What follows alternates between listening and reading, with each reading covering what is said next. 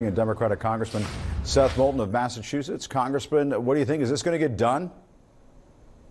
Well, I sure hope it does, because it's essential to our national security. We talk a lot about how much Ukraine needs this aid. We talk a lot about how Israel needs this aid. But at the end of the day, it's essential to our national security that we show our allies and our adversaries all around the globe that we are going to stand up for American values. We are going to stand up for our allies.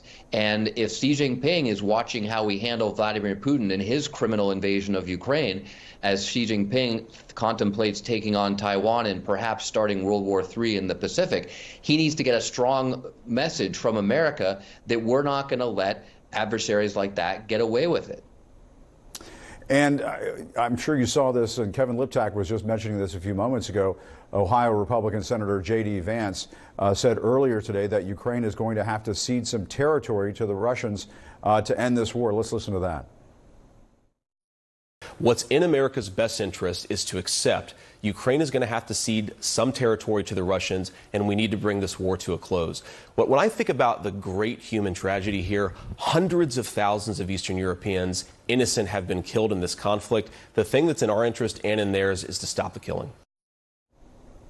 Congressman, what's your response to that? Look, we all want to see the killing stop. Of course, we would prefer that this war comes to an end, and we want it to come to an end sooner than later. But it's just not as simple as J.D. Vance seems to think. We have to send a message to Vladimir Putin that he does not win, that he will not win, that starting a criminal invasion of a sovereign nation will not reward you. Because otherwise, other people like Xi Jinping that I just mentioned, they're going to start to do the same thing. So, yes, we want the war to end, but we got to make sure it ends on Ukraine's terms.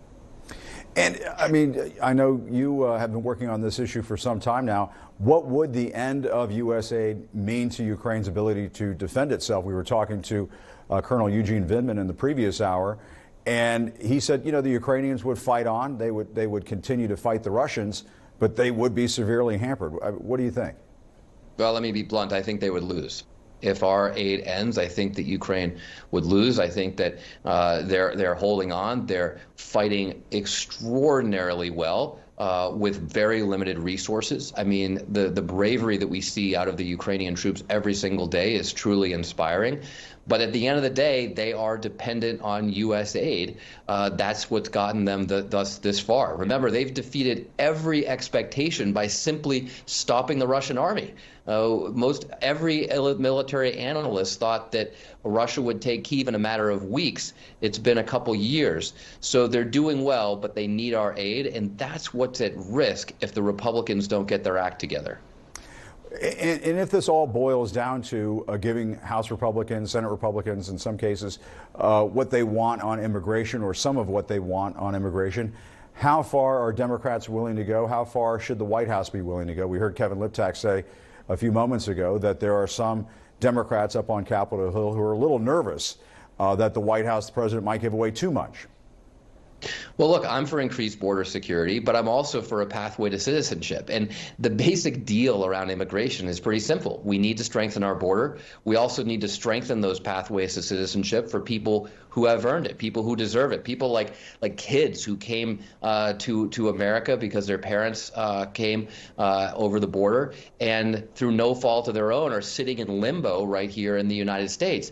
And at the end of the day, because Republicans, or many Republicans, won't give in on a pathway to citizenship, even though it's supported by the vast majority of Americans, we have to do an immigration deal that includes both things, the pathway to citizenship and all that entails, along with increased border security.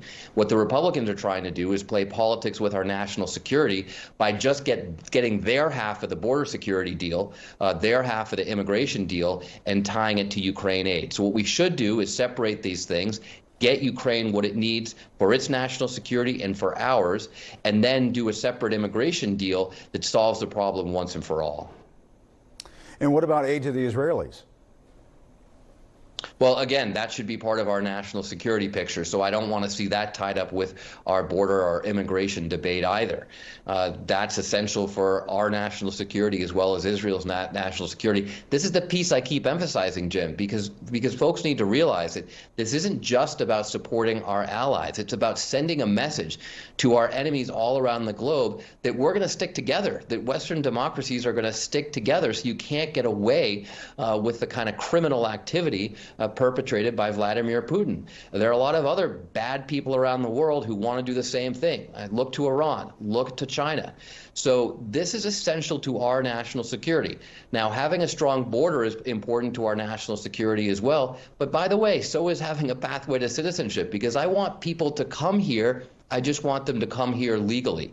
So let's do that immigration deal that's really not that complicated, and at the same time make sure we're getting our allies what they need to win.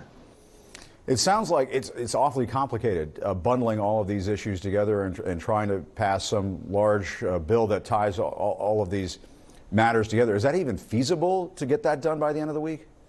Well, again, my argument is that we shouldn't be putting them all together. But at the end of the day, if that's what House and Senate leaders want to do, yes, we can do it. We're the most powerful nation on earth, Jim. We can walk and chew gum at the same time. We should be able to do this deal. We just got to get past the politics.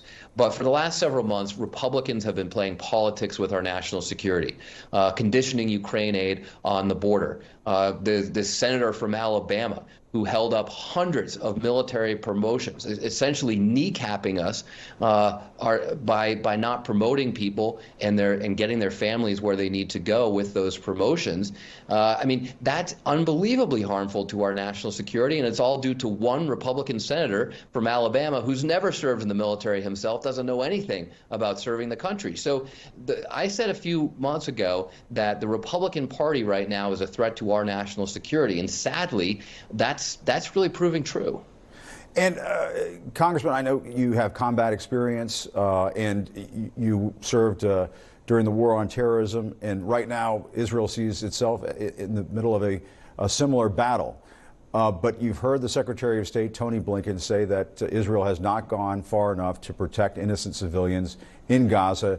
What lessons are you drawing from what you've seen so far as this battle between Israel and Hamas is unfolded?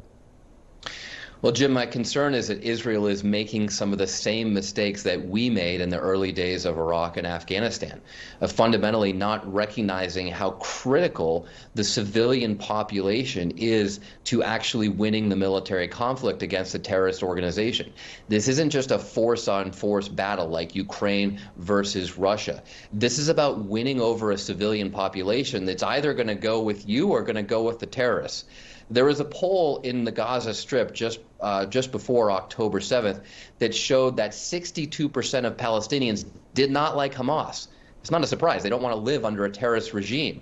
But I'd be concerned about what that poll would show today, because if Israel kills too many innocent civilians, it will literally push them into the arms of the opposition, into the arms of the terrorists. And that's not in anybody's interest. We need to support Israel in its goal of eliminating Hamas. But if their killing of civilians ultimately provides more recruits for Hamas, you're going to get into this real problem where they might be creating more terrorists than they kill. And Israel simply can't win the war if that's the case. So as this humanitarian tragedy unfolds, let's be clear that Israel has a moral obligation to protect innocent Palestinian life, but it has a military obligation as well if it wants to win this conflict in the end. All right, Congressman Seth Moulton, thank you very much for your time this evening. We appreciate it.